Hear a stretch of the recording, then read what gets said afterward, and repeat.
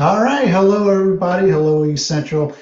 Thank you for tuning in to another edition of Facebook or YouTube Live, because now we're doing both with the superintendent. And as always, it's a pleasure to come on here and give you this real time engagement with the leader of our district. And speaking of the leader of our district, I'm going to bring him on right now, Superintendent Roland Toscano. And Superintendent, how are you doing today? Doing fantastic, Brandon. It's been a busy 2 weeks leading up to next Monday, and we're really excited.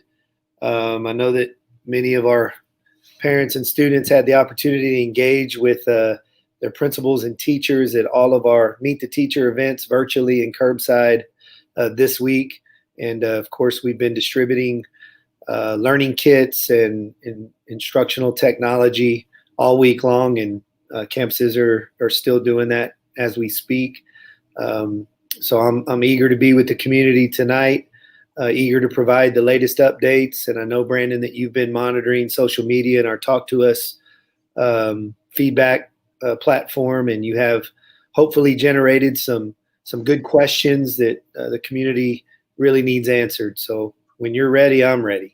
All right. And I do want to say to the people watching right now, I do notice a couple of comments already. Just remember, we're going to go through some questions first, and then we'll do the Q&A. So I just don't want to lose anybody's comments or questions. All right. So first question is, we're here. School starts Monday. So what does the first day look like? Well, hopefully for most of our families and students, they'll have the ability to connect online. I know that most of you had the opportunity to get that information from your teachers. You hopefully were able to connect with your teachers and get to meet them. And you were given links to connect with them on Monday, as well as your sample schedule or your actual schedule that you'll be following for synchronous instruction. I also know that we'll be talking a little bit this evening about device distribution and the fact that we've begun to run out of devices. And so how are we going to handle that situation for those of you that may not have the devices that you need? We'll talk a little bit more about that in a few minutes. And so that first day, your teacher's number one priority is to help you get connected. And so when the school day starts, they're going to do everything in their power to connect with every kid on their roster. Staff will be prepared to follow up, make phone calls, and reach out. And we'll go as far as to make home visits if we need to get all students connected to the extent possible. So that's their number one priority the first day of school. Get connected, troubleshoot, get everybody familiar with the Google Classroom platform. We'll have help desk set up at every campus. And we'll share some very specific information with you this evening about that. Again, Monday's priority is to get everybody set up, to get everybody connected, to get everybody oriented, and then we'll begin to ease into instruction either as the day goes on, but probably more likely Tuesday and the rest of the week. All right. So that leads us into a next question. And actually, there's a bunch of them just packaged all together. Okay, it's Monday morning. I'm having a total meltdown. I can't access Google Classroom. I have questions about remote learning. Who do I contact? What do I do? And then will I be punished if I miss a class time because I was trying to get all these things to work? Will the work I missed trying to get things to work be punitive? Yeah. So the answer to the second question is no, it will not be punitive. We're going to work with you and your student to get them set up, to take our time to do that. And, as is always the case, the way that we handle grading is that we want to make sure your child's learning and demonstrating evidence of that learning, and that's the most important piece. Not so much did they do every assignment exactly as it was presented to students, because we consider assignments as practice and assessments as evaluations of learning. So if they miss a little bit that first day or that first few days trying to get connected, we have no problem getting kids caught up and getting them situated and make sure that their grades are reflecting their learning and that they're not punitive.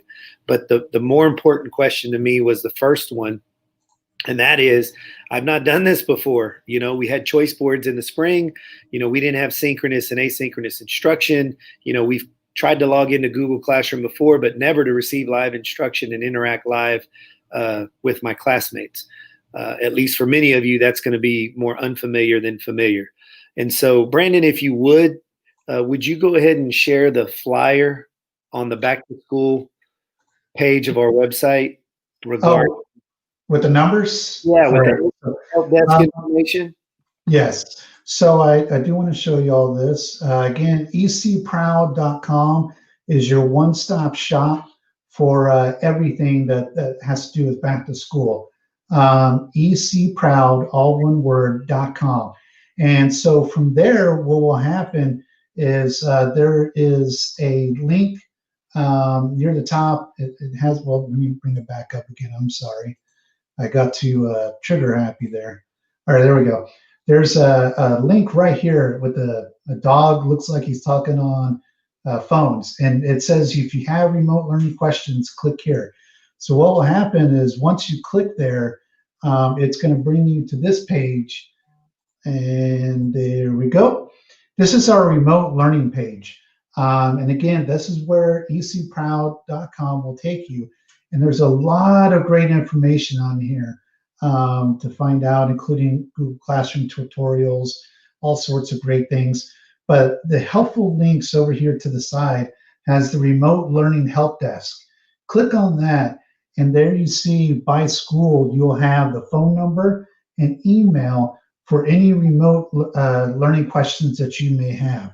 So again, it's by school.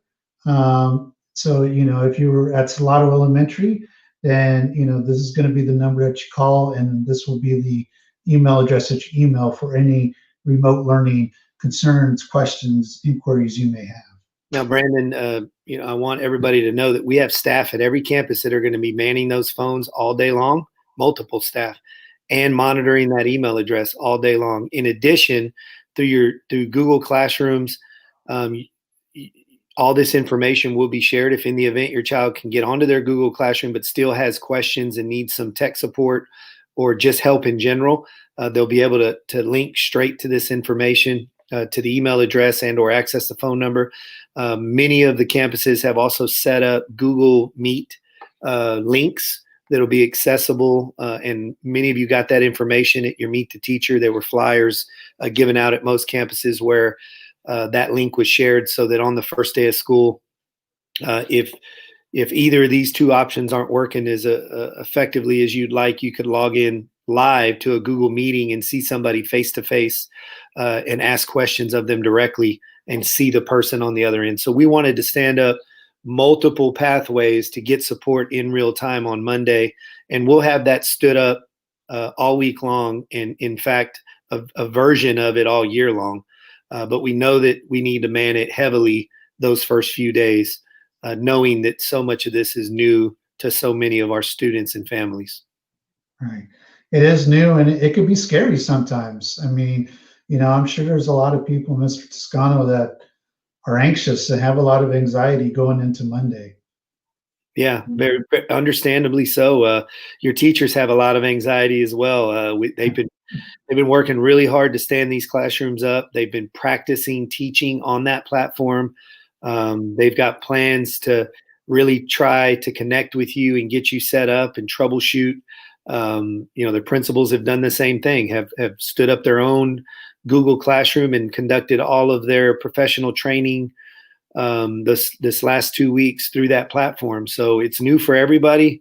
But I think that as much as we've learned in the last few weeks, we're very confident that students after the first few days are going to feel very comfortable, and a lot of the anxiety that goes into the first day of school that is elevated by the fact that we're in a remote environment. We think it's going to be relaxed once everybody gets familiar with exactly how the day is going to work and exactly how Google Classroom is going to work. We're going to, I think, all settle into feeling like, hey, this is doable. And it can be effective and productive for us in the short term.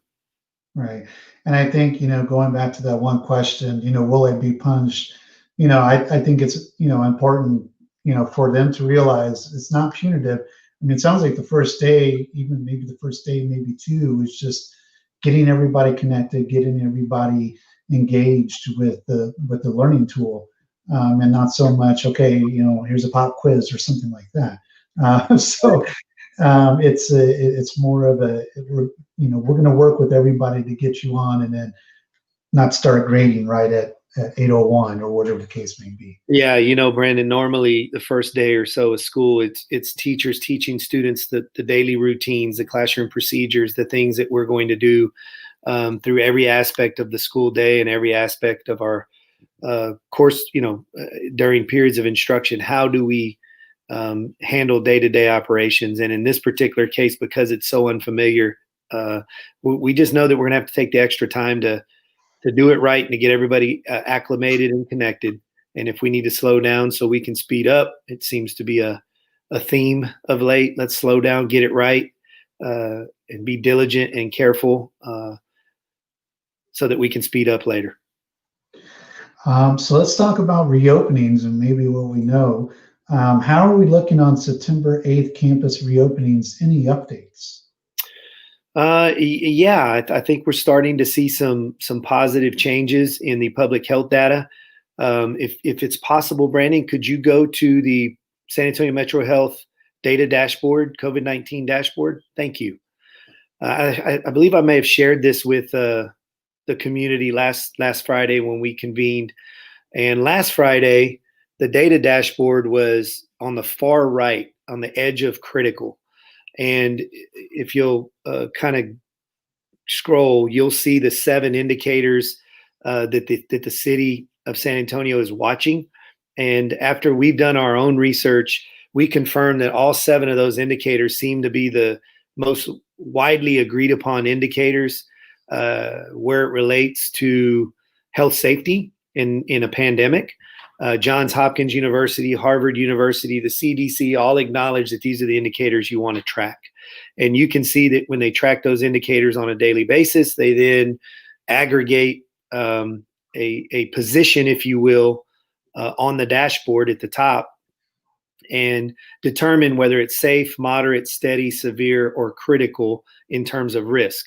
And the fact that in the last week and a half, really, we've went from extremely critical to steady gives us a great hope and optimism that September 8th is a real possibility for students who prefer a face-to-face option.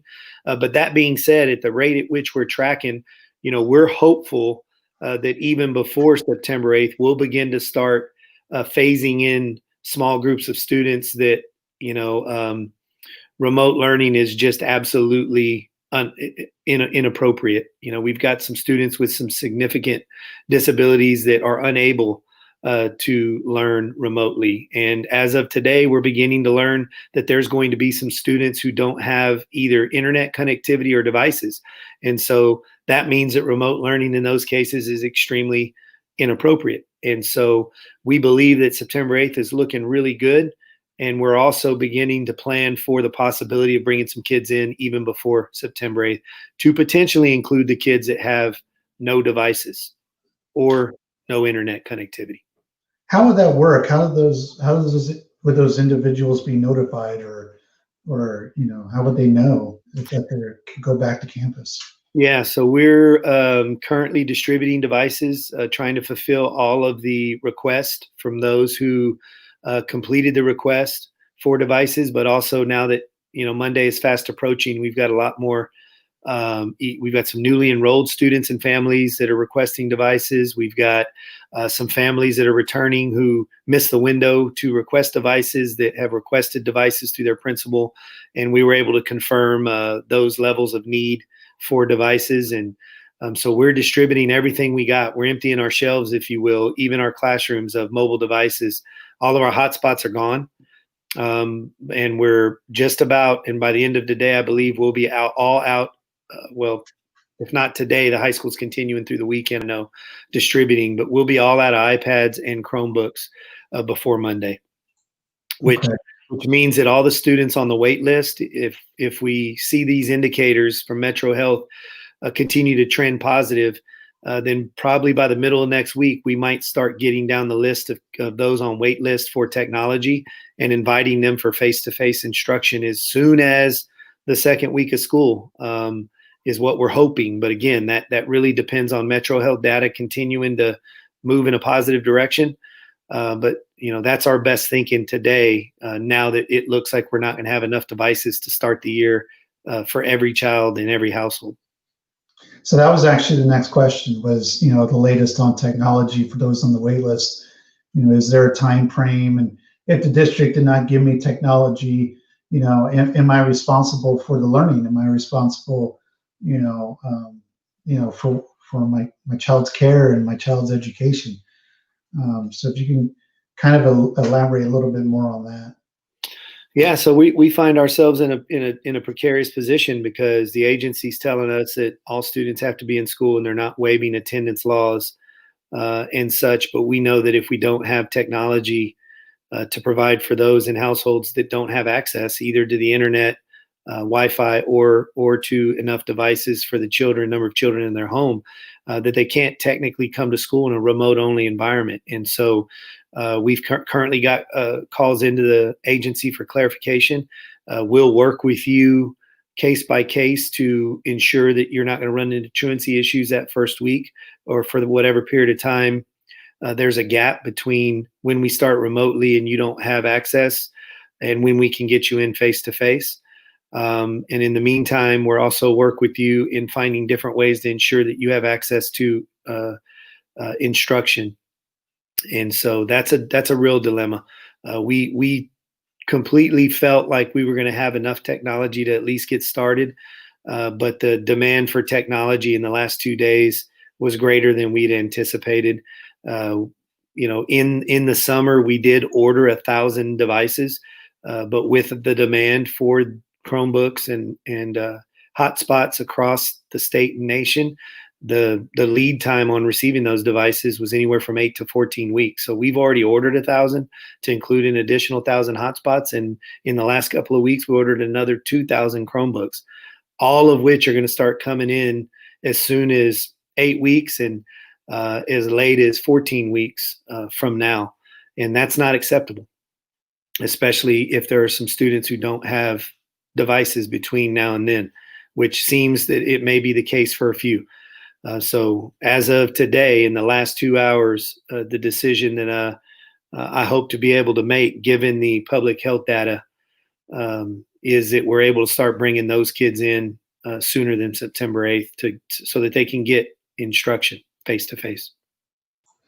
So, I mean, one of the technology things is connectivity. Did you want to talk about that? I know hotspots went extremely fast.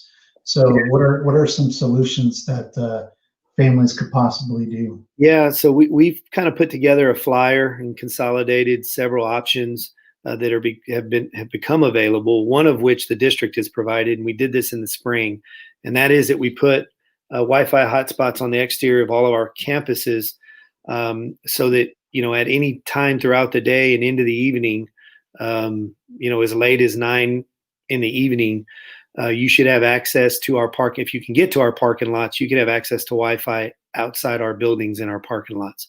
So that's one option, the ECISD Wi-Fi locations.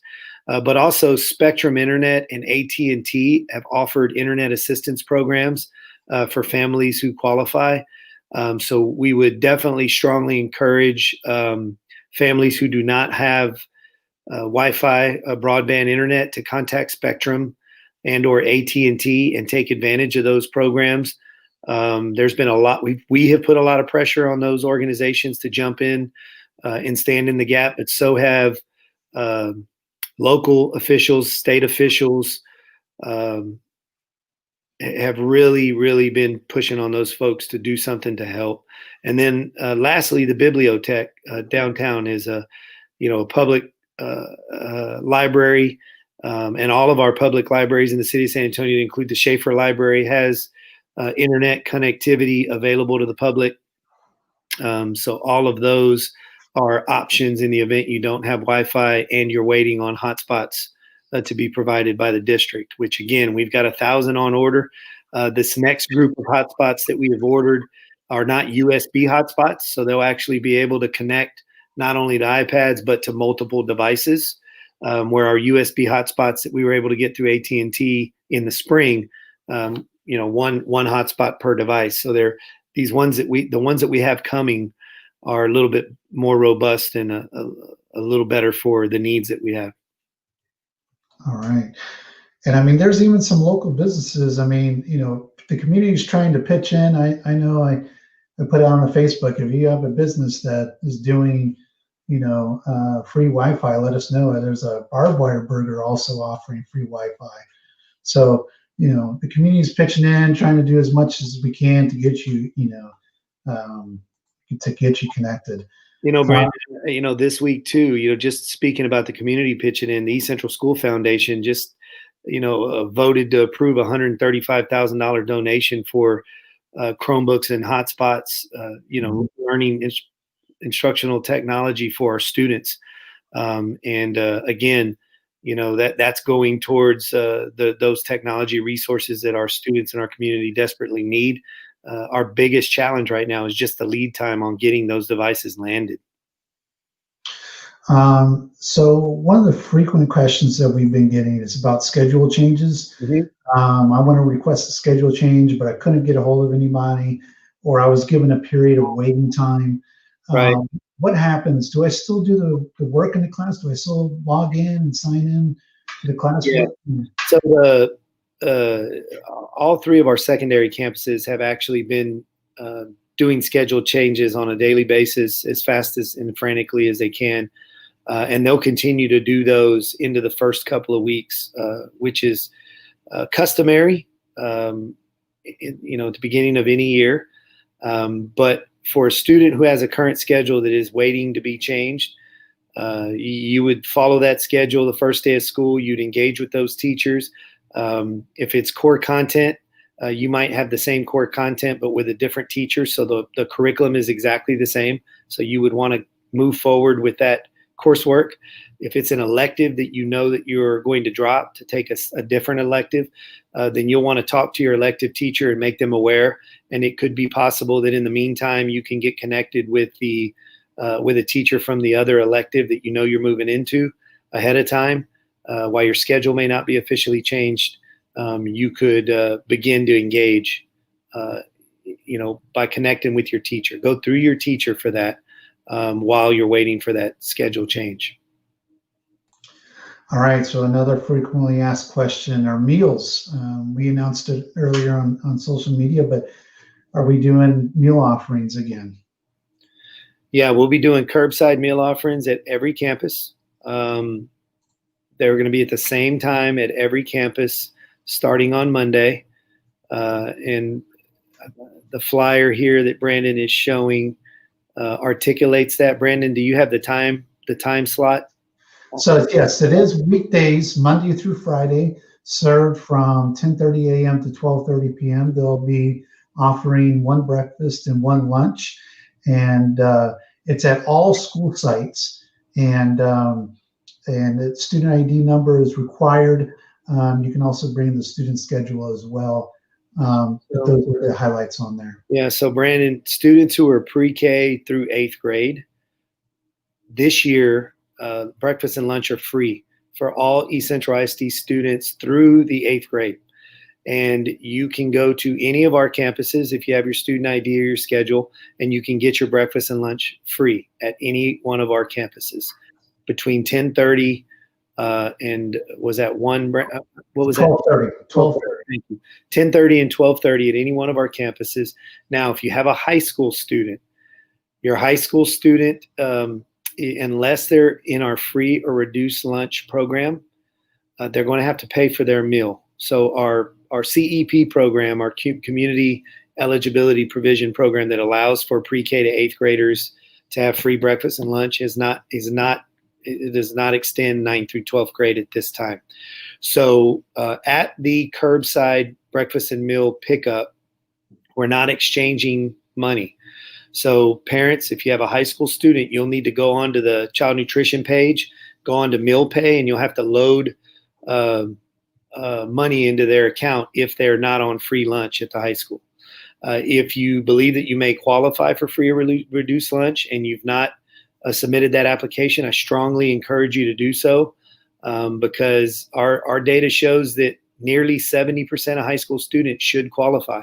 But oftentimes only 40 or 50% actually apply. So I would strongly encourage all the families of high school students to consider looking into free and reduced lunch program, and to complete that application if you find that you would qualify for either of those programs. So again, free pre-K to eighth, from 10:30 to 12, Monday through Friday, curbside at any campus in the district. You can pick up your meal at the campus that is closest to you. Bring your ID or your schedule. If you're a 9th through 12th grader, same thing, except for the fact you're going to have money in meal pay, so that through your student ID you can exchange your meal for your ID number, and the transaction will happen electronically, because again, we are not exchanging money for meal service. So let's run a hypothetical situation. Let's say I have a middle schooler and a high schooler. Does that mean the high schooler has to pay for the meals? And can I pick them up from the same spot, or do I have to drive to both schools? Yeah, excellent question. And to restate maybe a little more clearly what I previously stated, you can take your middle schooler and high schooler, or they can take themselves to the nearest campus to where they live. And it can be an elementary school. They show up with their student ID and or their schedule. The middle schooler is going to get theirs free. The high schooler, if not in the free and reduced lunch program, is going to have to pay. But the high schoolers, we're not going to accept cash or change. The high schooler is going to have money loaded in their meal pay account. So, and if you go to the child nutrition page, you click on the meal pay tab, put your student ID and information in there, and you can set up multiple ways. You can load money manually, or you can set up a bank card or a credit card that would be automatically at a certain threshold, refilling that account for the high schooler. And that's really important, because when they go to pick up their meals, again, we're not taking money. So they're going to have to charge that to their meal pay account electronically, so the high schooler can get their meals for the day. All right. So now it is question and answer time. So let's take a look at some of the first comment, and I think it just speaks to us doing the Facebook Lives. Thank you for the help and very informative chats you have posted in the past month or so. You have comforted me and my family, and we look forward to this new school year. Thank you, Superintendent Toscano. Oh, thank you for that feedback, Leanne. I appreciate it, and I'm glad to hear that it's been informative and a good use of your time. And I hope that you found this to be very thoughtful, but also transparent and honest. We don't have all the answers. We make good decisions and improve upon things on a daily basis, and that we are committed to, and making sure that ultimately we do everything we can to get your kids in school safely, so that we can teach them face to face, and in the meantime stand up really high quality remote learning platforms for synchronous or asynchronous instruction. So speaking of synchronous and async, Celeste asks, are asynchronous learning students required to log in Monday morning to the live classes? Ms. Rojas, technically they're not. My own son, for example, plans to do a combination of synchronous and asynchronous. And what I'm asking him to do is log in synchronously that first day to every class, because I want him to get to meet his teachers. I want him to make sure that he can connect, that he can hear them explain their expectations, and kind of show him where the asynchronous assignments and tasks are, and answer any questions that he might have. Because if you wait until later that evening to go in asynchronously, you might have some questions that you may not get answered until either later that evening or the next day. So it can still work, but I'm encouraging my son to do it synchronously at least that first day. All right. And on that same note, Regina asked, will kids be able to log in and out throughout the day as they please? We only receive one Chromebook and one hotspot, and I have multiple kids. Yes, Ms. De La Rosa, you'll be able to, your kids pretty much can control their entire day. So you can kind of, once you get familiar with their teachers and their schedules, You can then decide what makes the most sense as far as which kid is logged in live at what time and which kid does, asynchronous work. So you do have a lot of flexibility. In fact, the combination of synchronous and asynchronous, each kid could work into the evening, and they have all day and night to complete tasks for the day. And so what you just described right there is going to work. It's not optimal.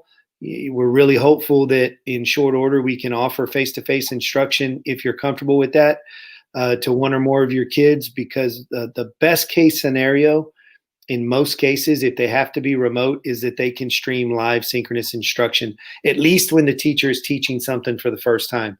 Once that teach piece is done and your child feels pretty comfortable and they can practice on their own, then they can get offline and practice and follow up with the teacher the next day if they had questions. So, it would really be a short-term solution that you're describing there, and it would work maybe for a week or so. But for any duration of time, the first quarter of the year or longer, this is not the best case scenario for your children. And we'd really like to work with you to improve that condition sooner than later. All right, Loretta Murphy, her daughter goes to EC High School. She got a phone call, but didn't let her know how to connect Zoom, Google Classroom. It appears that she figured it out. Okay, Google Classroom. Do we get invites? How do we connect to Google Classroom? Yeah, so I believe the high school page has all the connection information. I believe also every teacher, if I'm not mistaken, has their own web page which has information about their class and how to connect.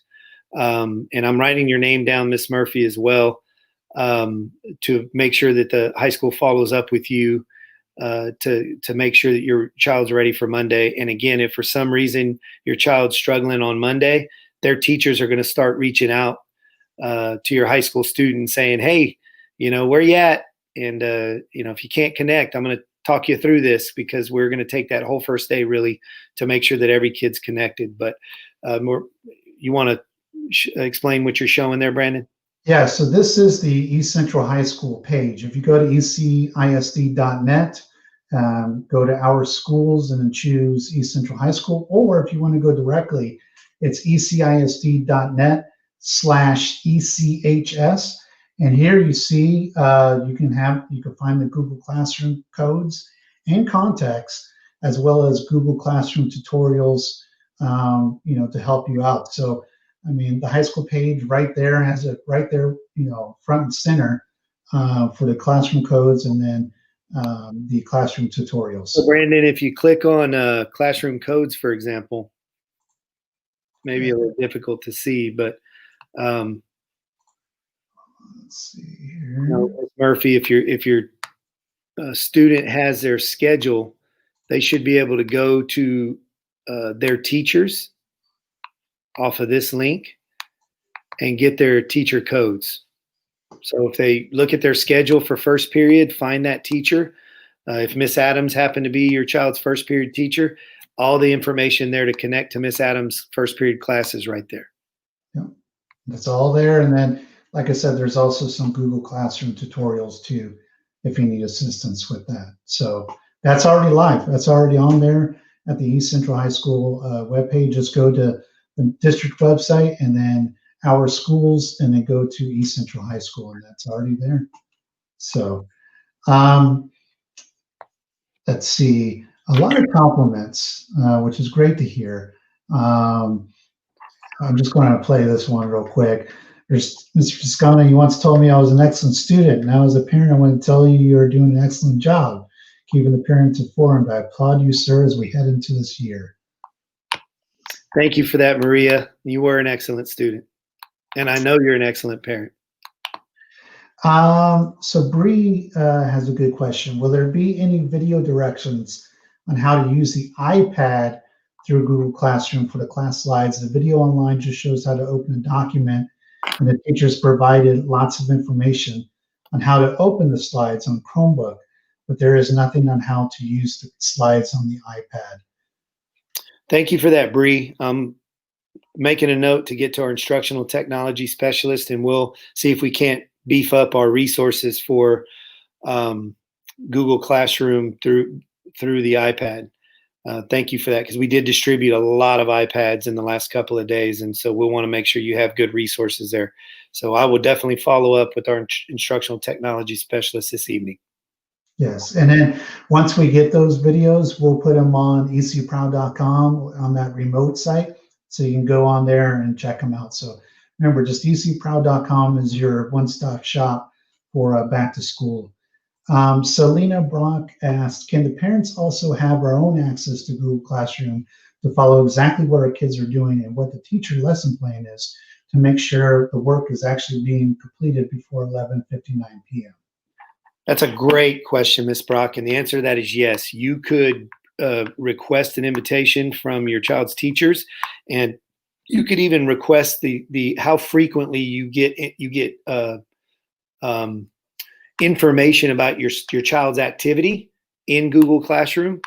My child, for example, he hates it, but I get a notification every day of what he's been doing in every class. And in addition to that, I've requested his teachers to send me periodic email updates just to make sure that I'm holding them accountable and supporting the teachers in their working with him. So yes, ma'am. And I appreciate you, engaging in your child's learning and helping us to hold them accountable and make sure that they're learning what they need to learn. Loretta Murphy has a great follow-up. She said, will the parent, and it's kind of on the same, will the parents know that the child is not logged in? Will we be getting a notification just like we would be if they were absent, East Central High School, or just really any school in the district? Yeah, and Miss Murphy, that's another good question, because the answer to that is yes, but it's a little different because of the way we have to account for attendance this year, because a kid could be, at some point they may be face-to-face, right? As soon as the second or third week of school. But we might have some kids face-to-face. We may have some kids stream in synchronously live, and we can account for their attendance then. But then students have until midnight to engage asynchronously if they choose to do that, which means that we don't reconcile the attendance until the next day. So say your child was absent on Monday, you may not get a notification until Wednesday that they were absent on Monday. Normally you would get a notification that same day. But again, because of the way we have to do attendance and account for the 3 different ways a kid could be in school, there will be a day, but a 2-day lag essentially before that notification. But you will be notified. And Loretta is on the ball. She has another one. So she was told that when they return face-to-face, everybody will be let out at the same time for passing. So I guess what she's asking is it going to go back to 7 periods a day when they return face-to-face? So a lot of that has not been decided. We have an AB schedule now that you're aware of. We have a 7-period schedule built out. We also know that we have about 40% of our parents at the high school who are interested in their children coming face-to-face. If conditions continue to improve, until we're on the other end of COVID-19, we still will have to distance, and keep groups small and keep, groups of students from gathering together in large groups. So the traditional passing period and students interacting in a traditional way in terms of patterns, flow of student patterns, we won't be able to do even if things get really good, throughout the year with COVID-19. Until we're on the other end of this thing and there's vaccines massively distributed across the world, we're going to have to follow those risk mitigation variables. And so that being said, the only way to do that and do that well is to not have more than 50% of the student body at East Central High School at any one time. And again, our surveys show about 40% that would be willing to send their kid face-to-face if and when that option is available, which means that if that holds true, we'll be within that 50% threshold on a daily basis and would be able to safely distance, even if we were in a 7-period day. The high school has designed flows of student traffic in a certain pattern to avoid students interacting and crossing and gathering. But if we get to a place where we may have more than 50% of our students in the building at any one time and we're not on the other end of this pandemic, then the community is going to have to make a serious decision about whether we want to exercise the hybrid option that the agency is allowed for high schools only, meaning that there would be an A day and a B day. So you would have potentially a group of students come on Monday and Wednesday and another group on Tuesday and Thursday, and in between you'd be remote. So we haven't made that final decision. A lot of it depends on community health data and additional guidance that we expect to happen over the first quarter of the year from the agency. But all in all, I think your question is asking about, are we going to keep people safe in the building when students return at the high school? And the answer to that ultimately is yes. How we do it exactly, a few options that we have to consider, and we need a little more information in the upcoming weeks. All right, so this next one, this parent does have some concerns, saying that staff is yet to contact them about son's classroom, went to meet the teacher, but they said teacher position is yet to be filled. How long does the district expect the wait times to be for getting through to the staff? Have yet to even get Google logins. Mr. Diaz, I am going to take your name down and identify which school your children go to and follow up with the principal and make sure that you're contacted. What I do know is that every campus has had meet the teachers. Every campus has reached out to parents. And if for some reason that didn't happen for you, that's unacceptable. And that's not aligned with the plans that we've made. So I will make sure that your campus principal follows up with you, Mr. Diaz, as soon as possible.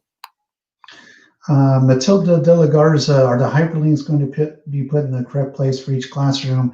The reason why I ask is because for Meet the Teacher on Tuesday, the hyperlinks were not put for each child's classroom. I had to find a list of these links, I believe, on EC Proud. So okay.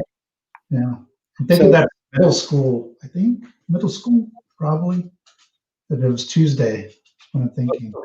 Okay. We'll, Ms. De La Garza, I appreciate that feedback. I'm going to make a note of that as well and make sure that, we look into that for you. What I do know is that, we're getting better, but all of this is new for our teachers and campuses as well. And so many of these, Google Classrooms have been set up for the first time in Google Meets. And so they're building their slide decks. This is the first time that they've done it, and they prepared this first week of slide decks. And there may be a few hiccups for some of our teachers, but we'll quickly work those things out. I'm certain, and I appreciate your patience and understanding, but we definitely need to get that right. So making a note of that, and we'll take a closer look at the hyperlinks for each classroom and make sure that they're put in the correct place. All right, Christy LaFleur, she has a third grader who is autistic.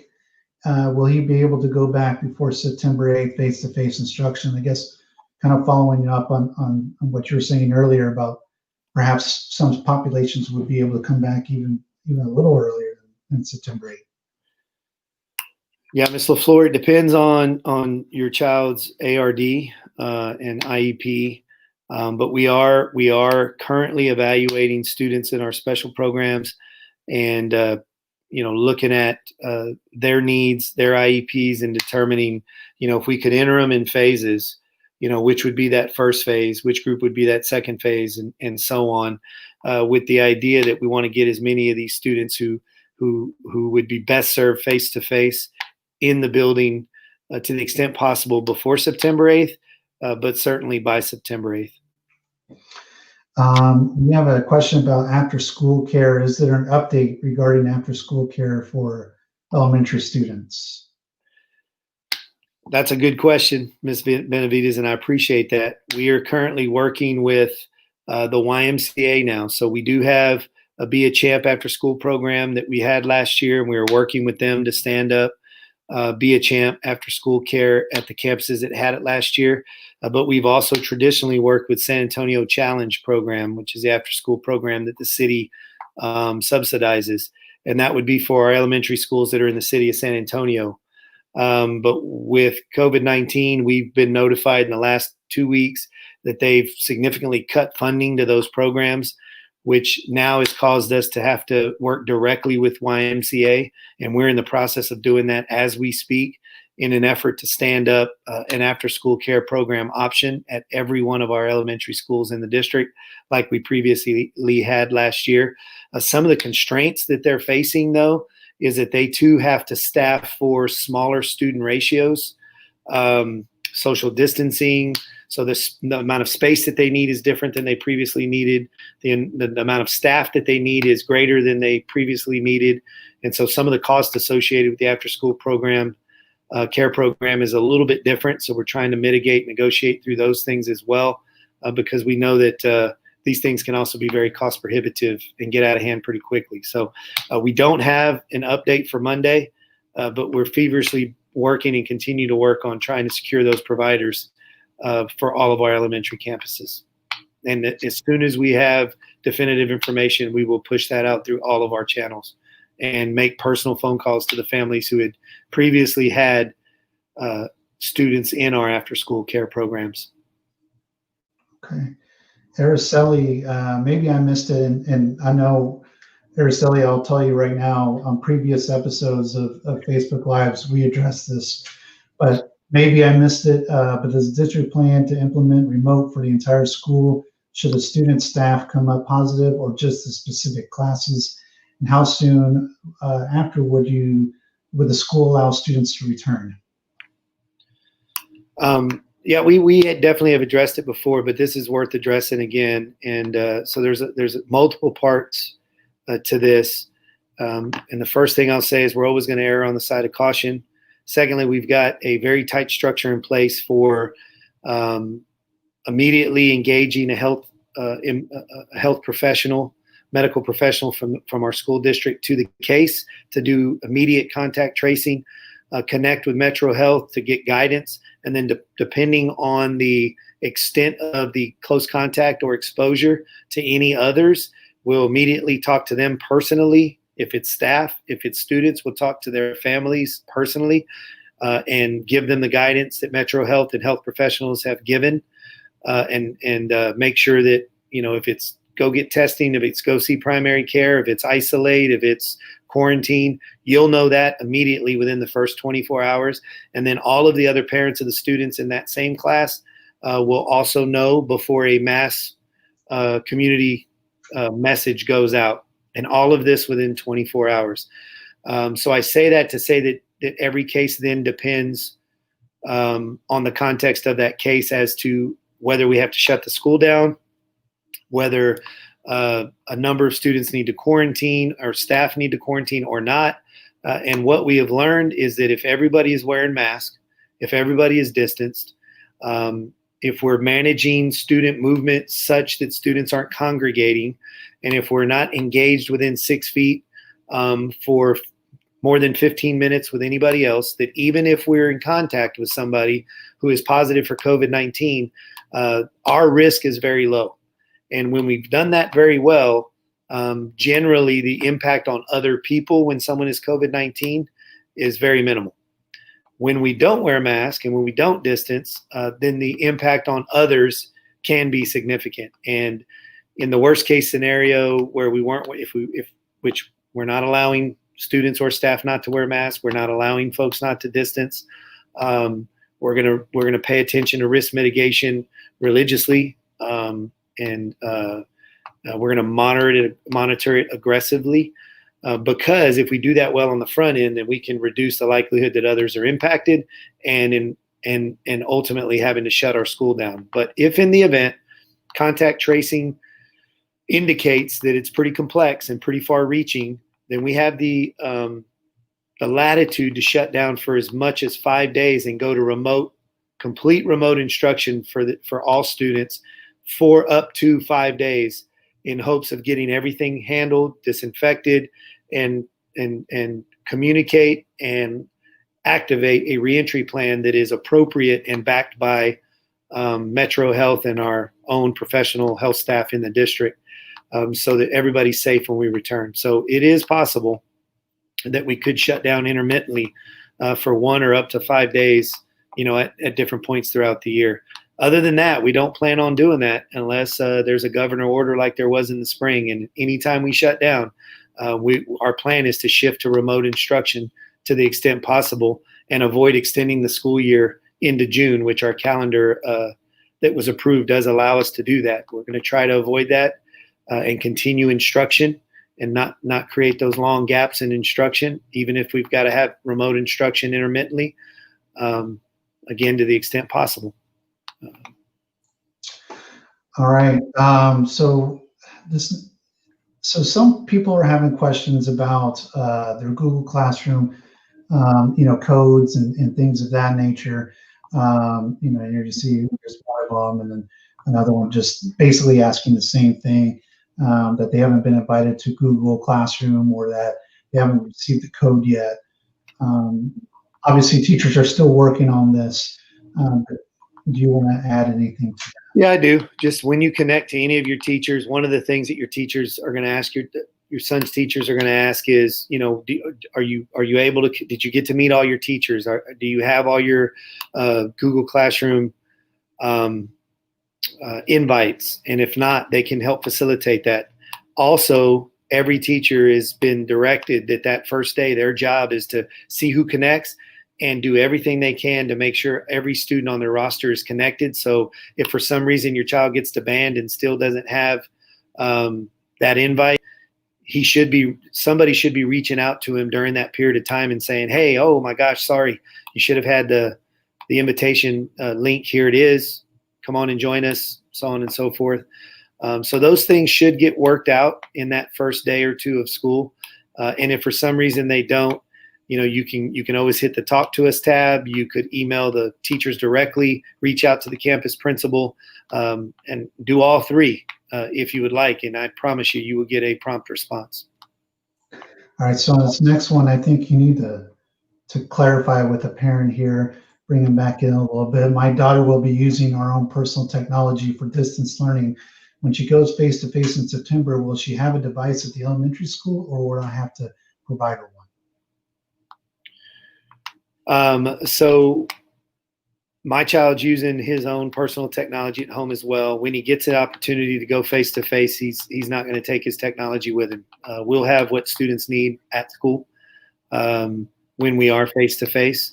If in the event we're in a situation where this is just a hypothetical, right, where COVID-19 cases are still not declining at the rate that would be safe to bring people back face to face, and we offer some safe zones in our buildings where kids can connect and do their remote learning in our buildings with some supervision, but maybe not direct instruction, where they're spread out and they just got good internet connectivity, et cetera. Then you might consider bringing your own technology if we didn't have enough for everybody yet. But that's a hypothetical. Just to answer your question again directly, if your child's allowed to come face to face, your daughter, she won't have to bring her technology with her. All right. Berta asks, will there still be tutoring available remotely for all grades? And it might be worth revisiting. I pulled up the sample daily schedule again, just to kind of show folks. But I mean, there are times built into the day where they have these, meetings, I guess, virtual meetings with the teacher. Yeah, so that's an elementary schedule there, Brandon. I believe all the blocks of time that are in green are asynchronous. I can't read the label. Maybe blue. All the times in blue are asynchronous. So that's a secondary schedule. So that first window of time, Miss Michelle, 7:45 to 9, that's an asynchronous time for teachers. And so basically that could be a time where your child's visiting one-on-one virtually with their teacher or teachers to get some tutoring. Could be with a small group of students and a teacher. Or if they've submitted some work in Google Classroom, this could be a time where their teachers sending them feedback about their progress and how they did on their assessments or assignments. So yes, these big blocks of time at the secondary level at the beginning and end of the day are times where your child could get tutoring. And at the elementary level, if you go back, Brandon, to an elementary example, because they're self-contained, meaning they generally have one homeroom teacher, those times are scattered throughout the day. So there will be multiple times throughout the day if you have an elementary child where they can meet with their teacher one-on-one. Their teacher could pull them into a small group with 2, 3, 4, 5 students who maybe need a little extra instruction or support in a particular area while the other students are practicing independently. And so all those asynchronous times in the daily schedule are times where tutoring is an option. And I do want to point out again, Berta, that this sample daily schedule, it's on the standalone website for Back to School. It's ecproud.com, ecproud.com, all one word. And if you go to the menu, you can click on sample daily schedule, and you can see, just as Mr. Toscano was talking about, the different blocks and opportunities where, as you asked, if tutoring is available and you need extra, and you need time to discuss with your teacher. Sticking on this schedule real quick, though, Mr. Toscano, Selena Brock asked, she doesn't understand the Friday schedule. And I'm assuming she means middle school? Yeah, middle school. So there's the Friday for middle school. So our junior highs wanted their kids to see every teacher on Friday. And so the Friday schedule is very short classes, but they would see every teacher. And that was a way for them to get feedback on how they've done for the week, maybe to do quick assessments, but basically to allow the entire group of students to see all 7 or 8 teachers that day as a way to wrap up the week. And that was a preference that the junior highs had that they felt was appropriate for students in that age group. So I just want to answer this question quickly. Actually, where did it go? It bounced. Someone asked, okay, here we go. I may have missed it, but where did the kids log in for synchronous learning? Again, it's through Google Classroom. And if you go to ecproud.com and you click on the little picture of the dog with the phones, it's like it will say need help with remote learning. And there's all sorts of stuff, tutorials, everything else that you can imagine is in there. So you'll take a look at that, ecproud.com. Of course, high school always has, we'll do 2 more questions. High school always has some stuff that's unique to them. So as a senior, in the past there were senior dues and extra activities. Is this something that has been planned, or is all details being postponed? Cautiously optimistic that those things are going to be able to happen in one way or another. I know that given what we learned in the spring, the high school principal and his team are intending to work with senior class officers and senior sponsors to think about contingencies, alternative ways that the seniors could convene and celebrate throughout the year, knowing that some of the things they've done in the past might not be able to happen. So they want to get out in front of it and be as creative and thoughtful as they can and have some contingencies planned out.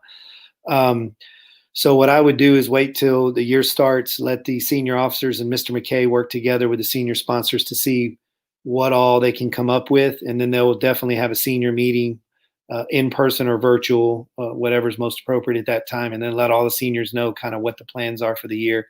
So that's probably going to be a couple of weeks into the school year before some of that starts to happen. All right. And then the last question, I know we have answered it many times in other broadcasts, but are kids required to wear masks when they return face to face? Yes.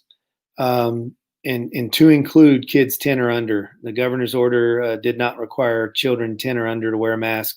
We have provided and will provide multiple options for face coverings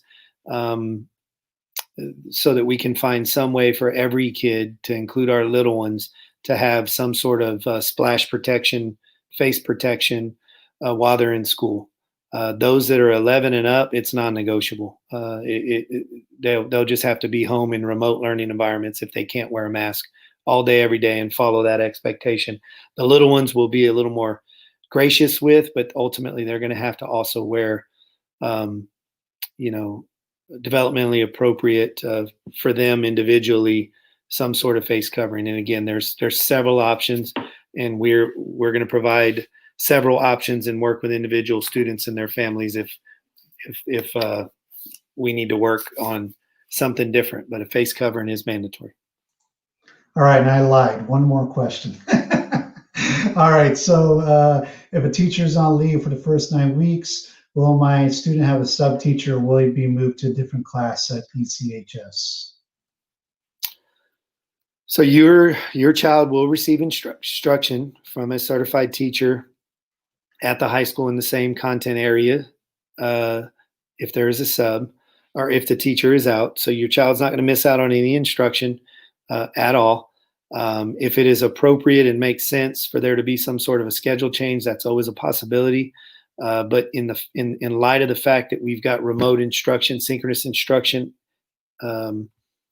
stood up, and that every teacher, let's just say, for example, you're talking about a geometry teacher. All of our geometry teachers are capable of providing synchronous instruction for your child on a daily basis. So we're able to give you the link to their classroom so that your child would, and all the children in this teacher's class, would have access to real-time instruction, so that they don't have to exclusively rely on asynchronous instruction. Because depending on the content and your child's comfort with that content, they're going to need access to a teacher in real time and be able to ask questions and get help. And if your teacher is out, then we'll be able to provide that in this environment. And we're very encouraged by that. All right, so that will do it for this question and answer session. Mr. Toscano, this is the final words before Monday, so I'll let you say goodbye for us. Yeah. Again, thank you to everybody who's continuously given their time to engage in these conversations. Thank you for all your feedback, and please keep it coming. Everybody's been working so hard, and they're so excited and eager to connect with your kids, even if it's remotely initially. And we're going to keep doing everything we can, monitoring public health data, following risk mitigation guidelines, so that we can get kids in school who want to be here face to face and are comfortable being here face to face as soon as possible, and as soon as it is safe to do so. So we're in this together. We're in it for the long haul, and we're going to make the best of this bad situation. And in the end, we're going to be better for it. And so thank you for your patience, your support, and your partnership. And looking forward to Monday. We'll learn a lot.